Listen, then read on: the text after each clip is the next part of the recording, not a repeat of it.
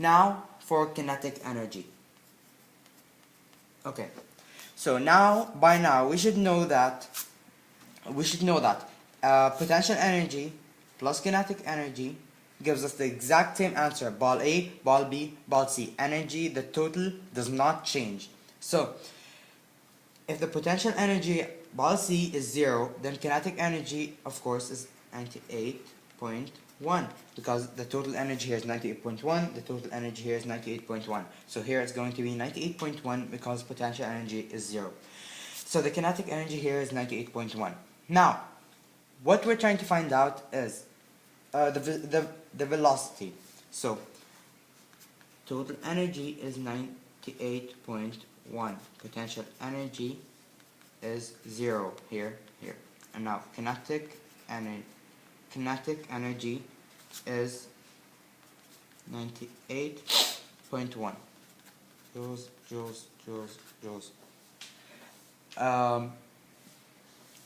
So now what we're trying to find out is the velocity. So what we do now is the total energy 0.1. Stop from getting confused. Here what we're trying to find out is total energy. So the velocity. So 98.1, because we know that the total energy is 98.1, equals 0, because the formula is total energy plus equals potential energy plus kinetic energy. So 0 plus kinetic energy, which is 98.1. And now what we do is, instead of putting 98.1, we know the formula is half mass velocity squared. So because we're trying to find the velocity, we have to put the unit in. So half times mass times velocity squared. This would make more sense. So 8.1 equal to half, because 0 does not make a difference. So 0 plus half times mass times velocity squared is the same exact thing. So half times mass times velocity squared. This is where we ended up with. Times. Okay, so as we said, 98.1 times 2 over 1 equals velocity squared.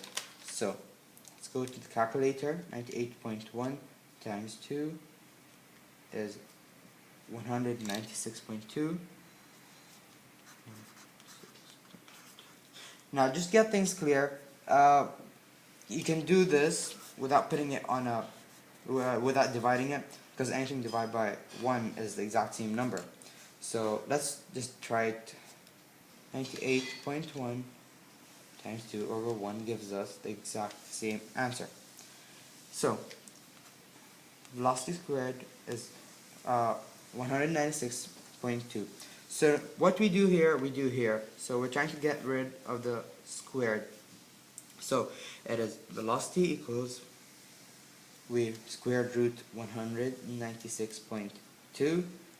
We get the answer 14.00714.104. We have to be very, very specific so we can get the very specific answer.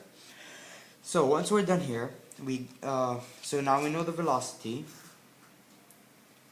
So this is it right here. Put this in. Okay. So now we found the velocity and we're done here. So we have the total energy, we have the potential energy, we have the kinetic energy that we're 100% sure of, and we just found velocity, which was the whole point of working out the total energy and the kinetic energy here, which is half times mass times velocity squared. Now,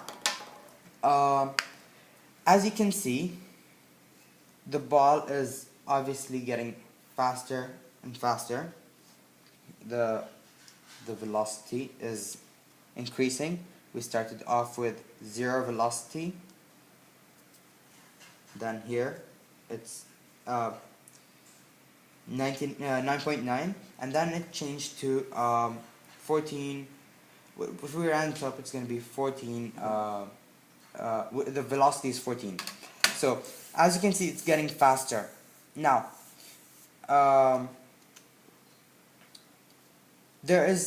what makes the ball slow down? Now let's say if the graph was like that, and we were measuring the ball accelerating here. The ball here would go slower and slower. The velocity will get lesser and lesser because there's friction, and friction really increases the velocity